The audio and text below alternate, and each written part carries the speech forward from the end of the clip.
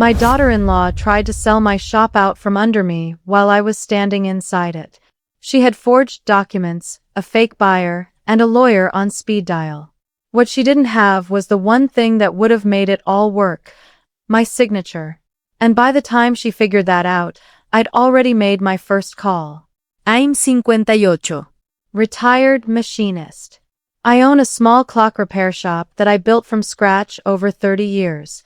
My hands know every gear, every spring, every movement inside that building. My son is 31, works in finance, married his wife 3 years ago. I liked her at first. Bubbly, sharp, always asking questions.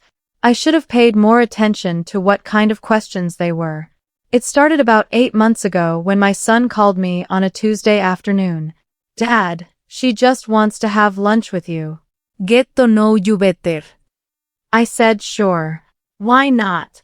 She shows up to the shop wearing a blazer like she's here to conduct a board meeting, not eat a sandwich. "This place has so much potential," she says, looking around at my workbenches and tool walls.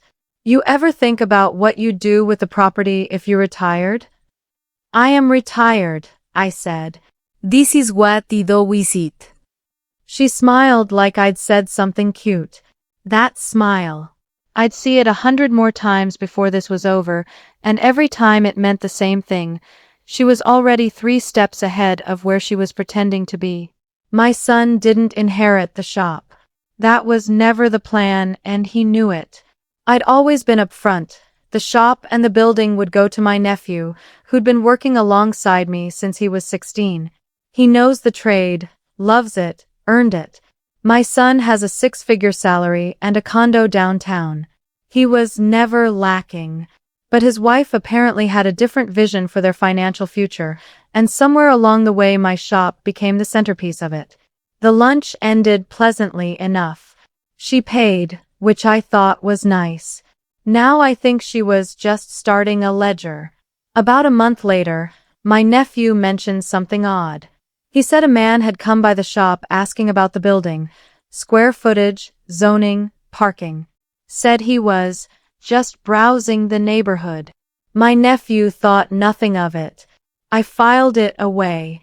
Then my son called again. Casual todo casual. "Hey Dad, would you ever consider a buyout?" Like a family buyout? She has some ideas about converting the property into something more profitable. I told him no. Flat no. The shop stays the shop, and the plan for my nephew stays the plan.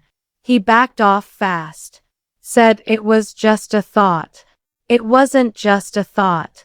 2 weeks after that call, I got a letter from a law office I'd never heard of. It was a formal inquiry about the property title, asking for documentation of ownership history going back 20 years. I called my own lawyer the same day. He looked into it and told me something that made my stomach drop. Someone had submitted a query to the county recorder's office suggesting there might be a co-ownership dispute on the property. Co-ownership? I said. There is no co-owner. I've owned this building alone since 1994. I know, he said. But someone is trying to create the appearance of ambiguity, probably fishing to see if you'll settle quietly. That word, ambiguity, that's what she was manufacturing, not a claim. Just enough noise to scare me into a conversation I didn't want to have. I went home that night and pulled out every document I had. Deed, tax records, insurance history, 30 years of paperwork in a fireproof box under my workbench. Everything clean. Everything mine. I didn't call my son yet. I wanted to understand the full shape of what was happening before I said a word. My lawyer sent a formal response to the inquiry, citing clear sole ownership and requesting identification of any party making the claim. The law office went quiet for about 6 weeks. I thought maybe it was over. Maybe she'd calculated the odds and backed down. She hadn't backed down. She'd just been regrouping. One of my regulars, a retired teacher who brings in a grandfather clock every few months, mentioned she'd seen a "for lease" sign in the window of the vacant unit next door. Fine. But she also mentioned she'd heard someone had been talking to businesses on my block about a potential mixed-use redevelopment in the area. She thought I might want to know. I asked if she remembered anything specific. She said a woman had come by the diner across the street asking questions. Blazer. Very put together.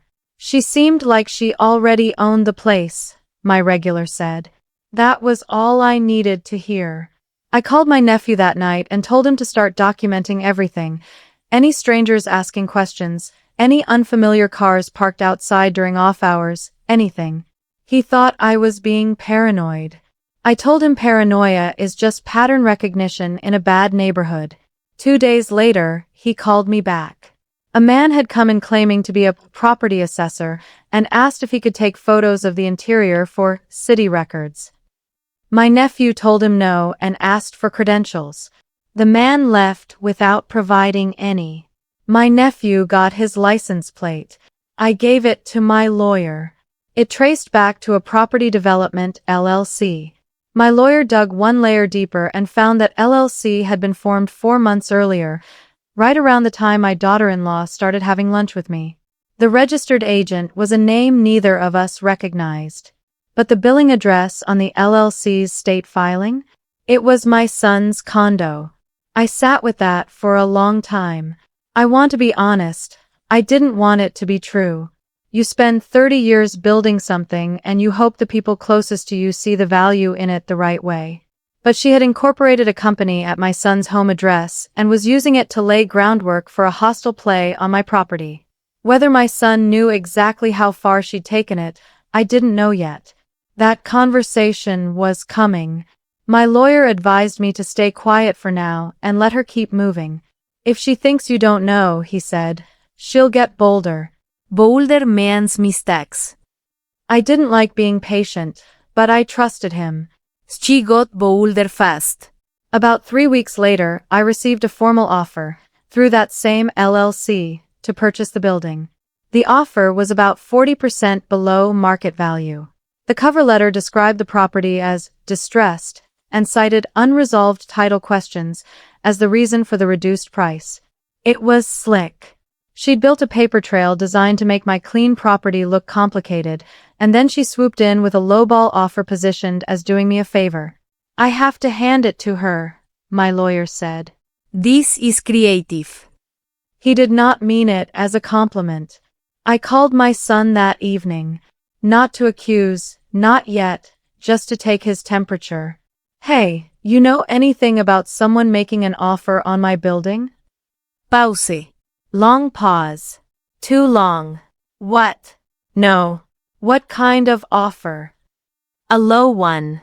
From an LLC. Dad, look, she mentioned something once about an investment opportunity, but I didn't think she was actually, he stopped himself. You didn't think she was actually what? I said. He didn't finish the sentence. But I'd heard enough. He wasn't the architect. But he wasn't innocent either. He'd known something was happening and let it happen, probably telling himself it wasn't really his business, or that maybe I'd just go along with it. That's its own kind of betrayal, the quiet kind. I told him I'd call him back. I didn't for 2 weeks. During those 2 weeks, my lawyer and I built our response. First, we filed a formal quiet title action, a legal process that would officially confirm and record my sole, uncontested ownership of the property in court, eliminating any manufactured ambiguity she tried to create. In Ohio, that process typically takes 2 to 4 months, but the filing itself immediately put a legal cloud over any pending transaction. Any legitimate buyer doing due diligence would see it and walk. Second, we sent a letter to the LLC, with a copy to the law office she'd been using, formally notifying them that the offer was rejected, that the title query had been investigated and found baseless, and that any further attempts to represent the property status inaccurately to third parties would be treated as tortious interference and potentially fraud. Third, and this is where it started getting satisfying, my lawyer contacted the state bar to flag the law office for its role in the original title inquiry, which had been submitted without identifying a real client or legitimate legal basis. That's an ethical violation. The attorney involved was now under scrutiny. She had built a machine to take my property. We just started pulling it apart one bolt at a time. She called me directly for the first time. Not through lawyers, not through my son. Her voice was all warmth, like we were still at that first lunch. I just want to talk, just the two of us. I feel like there's been a misunderstanding. Sure, I said. Come todo chop. She showed up the next afternoon. Same blazer. Same smile. She sat down across from my workbench and looked at the clocks on the wall and said, "You've built something really special here." "I know," I said. "I just think it could be so much more. And honestly, the neighborhood is changing. You'd get ahead of it if you sold now, before." "Before what?" I asked. She paused, recalibrated. "Before the market shifts." I let her talk for about 10 minutes. She laid out her vision: convert the building to mixed-use retail and apartments, said it like she was doing me a favor, said my nephew could be compensated fairly. I asked her what fairly meant. She named a number. It was insulting. "And if I say no?" I said. She tilted her head. "I just think that would be a mistake. The title issue isn't going away, and the longer this drags out, the more it affects the property's value." There it was. The threat, finally said out loud. She was telling me she intended to keep dragging the legal noise forward until I buckled. She thought I was an old man who'd get tired and give up. What she didn't know, what she couldn't have known, was that I'd been recording the conversation with a small device clipped under my workbench, fully legal in Ohio as a single-party consent state. "I appreciate you coming in," I said. And I meant it. After she left, my lawyer listened to the recording and got very quiet in a way that I have come to understand means good news. "She just handed us tortious interference on a plate," he said. "The explicit statement that she intends to perpetuate a false title dispute to depress your property value, that's textbook." We filed a civil lawsuit 2 weeks later. Tortious interference with property rights, fraudulent misrepresentation, and civil conspiracy, naming her, the LLC, and the law office. Once the suit was filed, it became public record. And that's when things started to unravel for her fast. Turns out the LLC had been used to approach 2 other property owners on my block with similar tactics: inflated ambiguity suggestions followed by lowball offers. One of them had actually signed a letter of intent before backing out. When my lawsuit went public, he called my lawyer. He wanted in. His testimony would show a pattern, and a pattern is the difference between a dispute and a scheme. Her lawyer reached out within a week of the filing. "My client is open to an early resolution." My lawyer told him we'd hear a number. The number they offered was intended to make us go away quietly. We rejected it. Around this time, my son showed up at the shop unannounced. He looked rough. "Dad, I need to talk to you." He sat down in the same chair she'd sat in. I let him talk. "I knew she was looking into the property," he said. "She told me it was just research. I didn't know about the LLC. I didn't know about the lawyers. I swear to you I didn't know how far it went." "But you knew she wanted the building," I said. "Yeah. And you didn't tell me." He didn't answer that, which was its own answer. I told him straight. I wasn't going to pretend that was nothing. He'd had chances to come to me, and he didn't take them, and whatever happened between him and his wife now was between them. But my shop, my nephew's future, my 30 years, none of that was a negotiating chip. He nodded. He looked small in that chair. I felt something, but I kept it moving. The quiet title action completed first, 4 months after filing, exactly as expected under Ohio law. The court confirmed sole ownership in my name, on the record, permanently. The manufactured ambiguity was gone. Gone from her playbook, gone from any future buyer's concern, gone. The civil case took another 7 months. During that time, the second property owner formalized his participation, and my lawyer deposed 3 people: her, the LLC's registered agent, and the attorney from the law office. The attorney folded first. His deposition made clear he'd been asked to file the original title query without a legitimate client, and he'd done it anyway. His exposure was significant. He settled separately and cooperated fully with our case in exchange for reduced liability. That cooperation was devastating to her position. Her deposition was something. My lawyer said she came in still trying to reframe everything as good faith business activity. She called it market research. She called the LLC a preliminary vehicle for exploring investment opportunities. She said the recording from my shop had been taken out of context.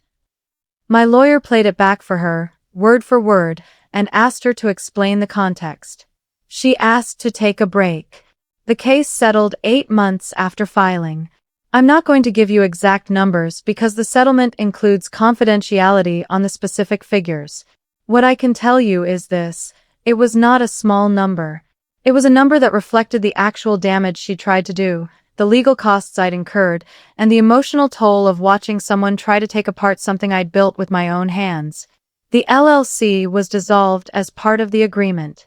The law office's settlement was separate, but also required a formal acknowledgement of misconduct sent to my lawyer in writing. The attorney involved surrendered his license as part of his own resolution with the state bar. He will not be practicing law again. I didn't even have to push for that specifically. Once the bar investigation got the full picture, it moved on its own. Some wheels, once rolling, don't need your help. Her and my son are still together, as far as I know. I don't ask. My son and I have spoken a few times since everything concluded. It's not the same as it was, and maybe it never will be. He called me after the settlement and said, "I'm sorry, Dad. Isolve come to you sooner." I told him that was probably true. We left it there for now. Some repairs take longer than others. I would know. My nephew knows everything now. Sat him down, walked him through the whole thing start to finish. He didn't say much for a while and then he said, "So it's still mine?" I said, "It was always yours." He went back to work on a pocket watch that needed a new mainspring. I made coffee. Best Tuesday I'd had in a year. The shop is still there. The clocks are still running. The deed is in my name, cleaner than it's ever been, recorded and uncontested. She wanted to redevelop it into something more profitable. Funny thing, I had the building appraised right after the settlement, just to know where I stood. Turns out 30 years of steady ownership, clear title, and a loyal customer base make for a pretty solid asset. Didn't need a blazer to figure that out. Here's what I'll leave you with. Entitlement is loud and it moves fast and it brings lawyers and LLCs and fake buyers and it looks very organized from the outside. But it always has the same weakness. It assumes you won't fight. It assumes you're tired or scared, or that you value peace more than what you built. Those assumptions are the thing you use against it. You don't panic. You document. You lawyer up properly. And you let them get a little bolder while you get a little quieter. Then you pull the whole thing apart at the seams and you hand them the bill. If this story hit different, subscribe, because apparently fighting for what's yours never gets old, and neither does the look on someone's face when they realize their plan just became your evidence.